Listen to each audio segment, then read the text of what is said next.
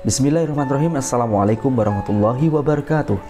Alhamdulillahirrabbilalamin. Wassalatu wassalamu ala nabiyyina Muhammadin wa ala alihi wa sahbihi ajma'in, amma ba'd.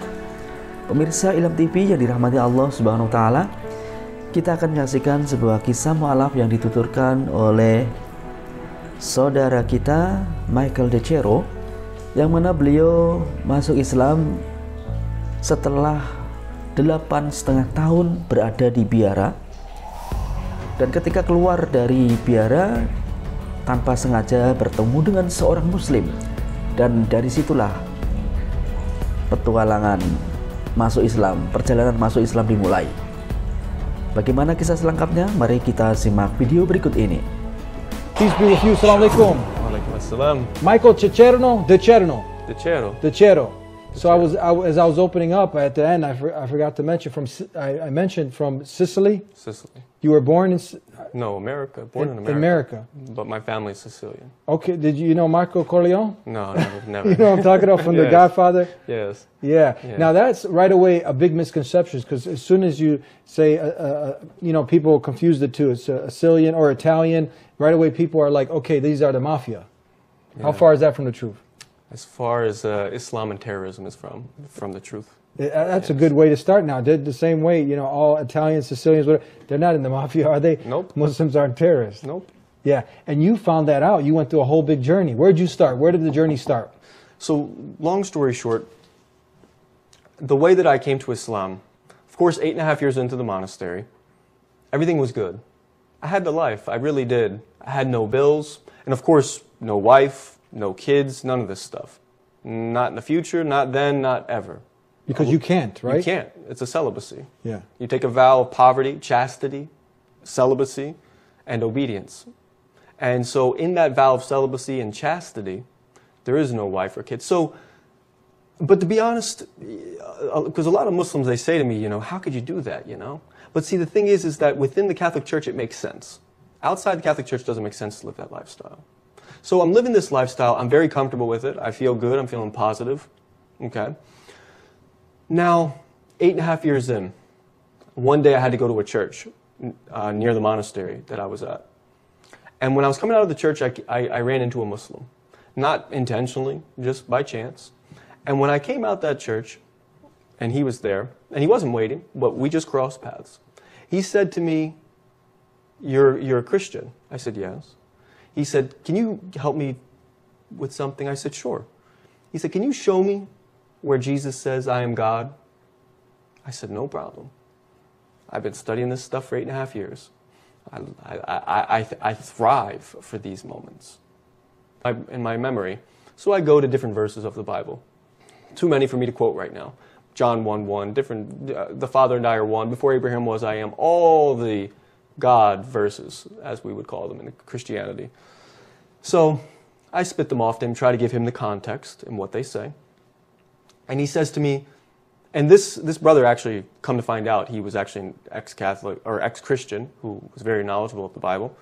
And he said to me, but that's John saying, that's John saying Jesus is God, and Paul saying Jesus is God, and Peter saying, but does Jesus say he's God? So I kind of thought it was funny because I never thought about it.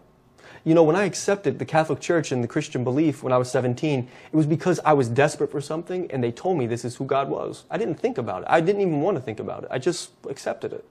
But this was really, maybe it's stupid me, but in 8.5 years, it was the first time I really thought, does he actually claim this kind of divinity that I give to him? So that night I went home and I really was thinking about it. And as I went through the Bible, I was looking for different proofs. I really saw that there is no explicit statement where Jesus himself says in the words that we would say, I am God or worship me, but that everybody else says he's God and worship him. So I met with this brother again, and we started having a dialogue on a regular basis. He gave me a Quran, and we started to dialogue and discuss Christianity and Islam, Mary, Jesus, the saints, everything. Who God is, Trinity, one God, what is it? So we must have kept in contact for probably about 3 months, going back and forth. I read the Quran cover to cover a couple times. Now, what I learned about Islam when I was studying was three things. And this is important. 1 false God, 2 false prophet, 3 false book. Everything's false. So that's all I believed about it. About Islam. About Islam. That was it. Never anything good. Never anything good. But when I opened up the Quran and I started to read it, I started to see some clarity. I started to see who God really is. And that the Quran actually was a confirmation of the books before and a completion. It was a last testament. And so through that dialogue with this brother, I came to Islam, alhamdulillah, 2 years ago. Because his arguments against Christianity were stronger than my arguments for Christianity. And I even came to a point so much, and I have to give a lot of credit to Ahmad Deedat, because, of course, the Sheikh who does a lot, of course, deceased, but did a lot of dawah work, because when I learned that he was the main opponent of the Christian in dawah and trying to prove Jesus isn't God and the proof of Islam, I went online and started watching him. Not to become a Muslim, but to hear his arguments and to refute them on my own, to figure out how I could refute them. But what I did was, day after day, week after week, and I listened to him for quite some time, month after month of listening to him, his arguments really made more sense than my own arguments. And his influence and his speech really played a positive role in me developing into a Muslim. And so through Ahmad Deedat and through this brother who really opened my eyes, alhamdulillah, to the truth, I believe today exactly what Jesus himself taught, alhamdulillah. That's exactly what I believe. Because the Jesus that I knew before was the Jesus that the church taught me. But when I went and looked at the Jesus himself, who he says he is, I found that was the Muslim Jesus. The Muslim Jesus. The Muslim Jesus. And that Muslim Jesus spoke of a prophet coming after him, who of course is Muhammad, peace and blessings be upon him.